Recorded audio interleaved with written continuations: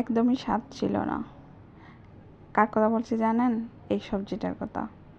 সবজিটা আমি খুবই সুন্দর করে রান্না করেছিলাম মজা করে, কিন্তু এই সবজিটা আমি একদমই খেতে পারি নাই, আমার হাজব্যান্ডও না।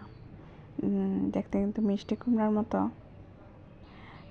সাইজে এবং দেখতেও বাইরে মিষ্টি কুমড়াই ছিল, কিন্তু খেতে কেন ভালো লাগলো না সেটা জানি না। একদমই কচি একটা মিষ্টি কুমড়া ছিল। আমরা কচি মিষ্টি কুমড়া খেতেও কিন্তু অনেক পছন্দ করি, ভালো লাগে।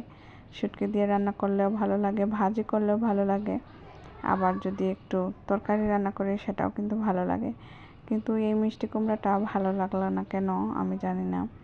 এখানে কিন্তু সবগুলো মশলা আমি কষিয়ে তারপরে মিষ্টি কুমড়াটা দিয়ে সবজিটাও ভালোভাবে কষিয়ে নিয়েছিলাম আমি। নিয়ে তারপরে ঝোলের পানি দিয়ে দিয়েছিলাম।